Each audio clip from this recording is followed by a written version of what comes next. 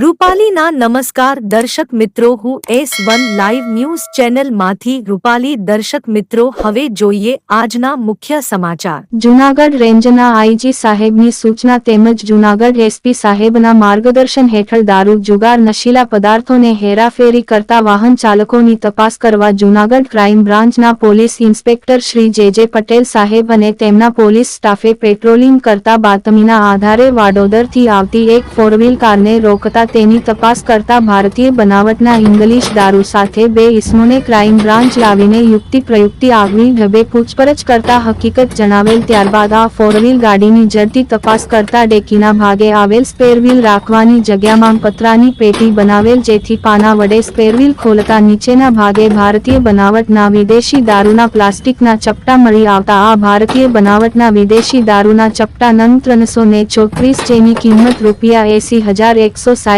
તેમજ mobile phone બે કિંમત ₹20,000, એક ફોરવ્હીલ ગાડી રજિસ્ટર નંબર GJ1RC4897 કિંમત ₹2 લાખ સાથે પકડાયેલ આરોપીના નામ એક મોહમ્મદ હુસેન રાજુ મિયા પીરજાદા સૈયદ, રહેવાસી જૂનાગઢ દાતાર રોડ. આરોપી નંબર 2 મોસીન હુસેન ખાન પઠાણ, રહે જૂનાગઢ દાતાર રોડ.